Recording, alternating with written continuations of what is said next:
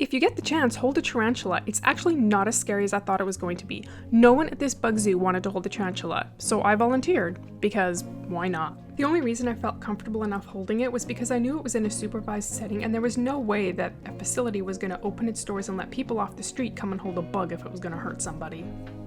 Find a nature reserve and go and feed the giraffes. They are magnificent animals. Giraffes are my favorite animals in the whole wide world.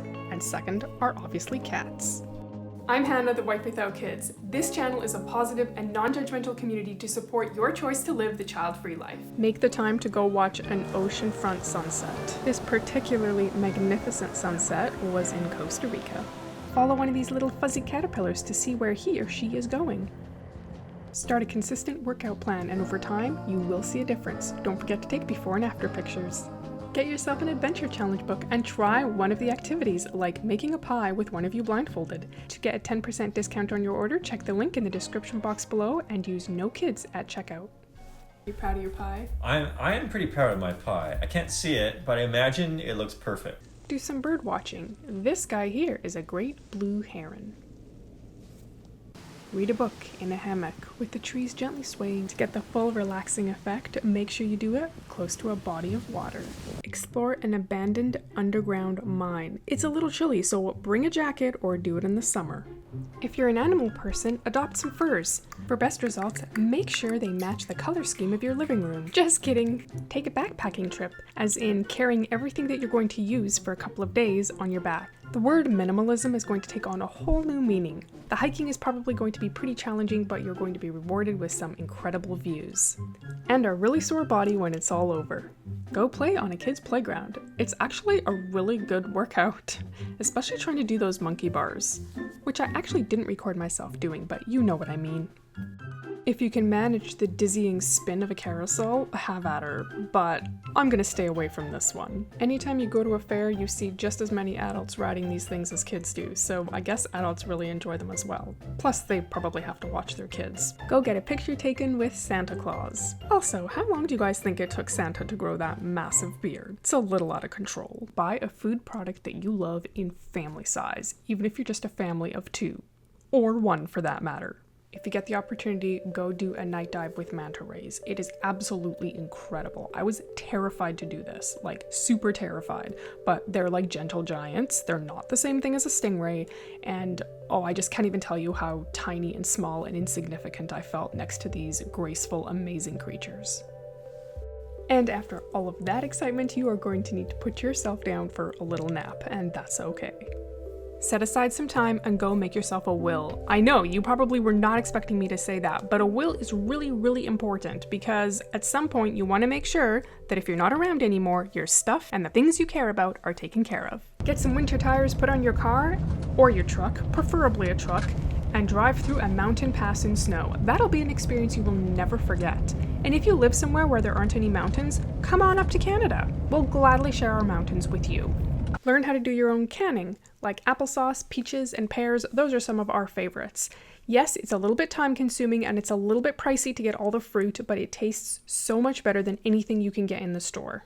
Read 1 book a month. Better yet, write your own book. I haven't done that yet. Whoa! And now if I try to do it from hanging. Yeah? Go on, Hannah. Put your back into it. Do it.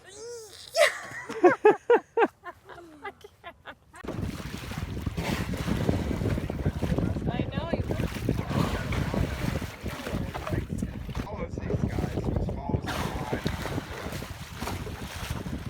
Buy an apartment or a house or a condo. I have to tell you, I've never felt more adult-like than when we bought a house. Also, I really hope wide leg pants come back with a fury because I love these. Go for a walk in a building that's really high off the ground, that has a glass floor and glass walls. This is the perfect way to face your fear if you're afraid of heights because it's actually safe. Be an uncle or an auntie to someone's kids. I know this isn't for everyone, but I've loved being an auntie to my nieces and nephews. Bake and frost a cake and give it to someone for a special occasion.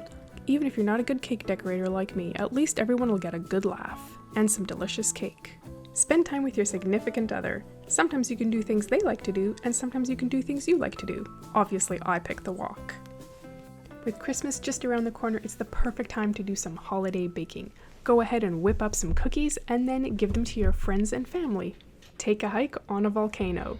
The views were absolutely magnificent, and it started out as a really warm day. That's why we're wearing shorts. By the end, there was freezing rain and fog, and we were super cold. I also skinned my knee. That's coming right up in case you're a little queasy. It was a super fun day though. Go to work with your spouse for a day and see what they do. While I was at Michael's work, I got to wear this cool hard hat, a high-vis vest, and I got a tour of the industrial plant while he checked all the computer stuff. Take a trip to Hawaii.